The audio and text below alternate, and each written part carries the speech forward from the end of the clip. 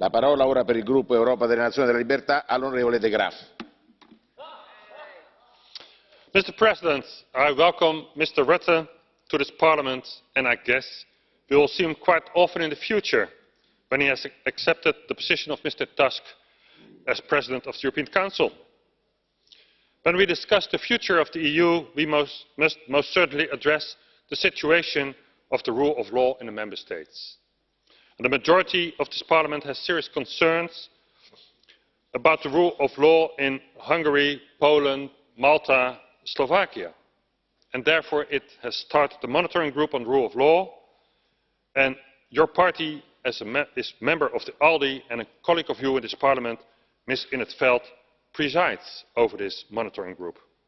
Now, I advise this monitoring group to take the Netherlands as a reference case. In the Netherlands, the prosecution doesn't have the obligation to follow up on any reported offence. It's to the discretion of the prosecutor's office whether to take action. And therefore, millions of citizens in the Netherlands see the prosecution as a political tool.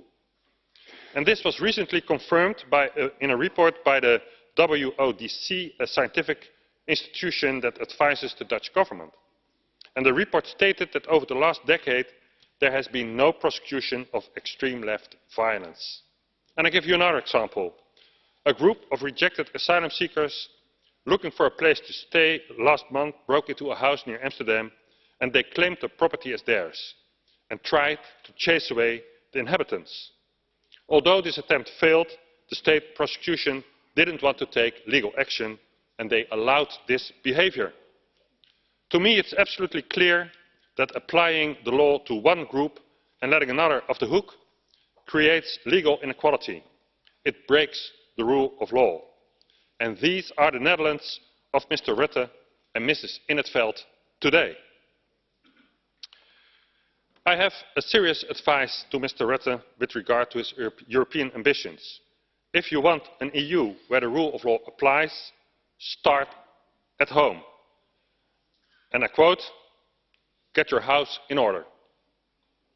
And have the prosecution take action against illegal activities in general, not just against so-called populists.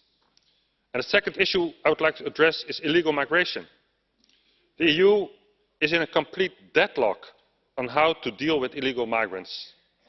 The EU has no solutions. It doesn't close its borders. It doesn't expel rejected asylum seekers. It doesn't fight Islamization and radicalization. So I urge Mr. Rutte to distance himself from Ms. Merkel's refugee welcome policies and endorse the Visegrad approach. And he could start by helping illegal migrants a criminal offence, reject asylum to migrants who enter via safe third countries, let asylum seekers who go on holiday in their home country lose their right to stay. And when you are President of the European Council, recommend the whole package that we proposed yesterday to the Member States. Thank you.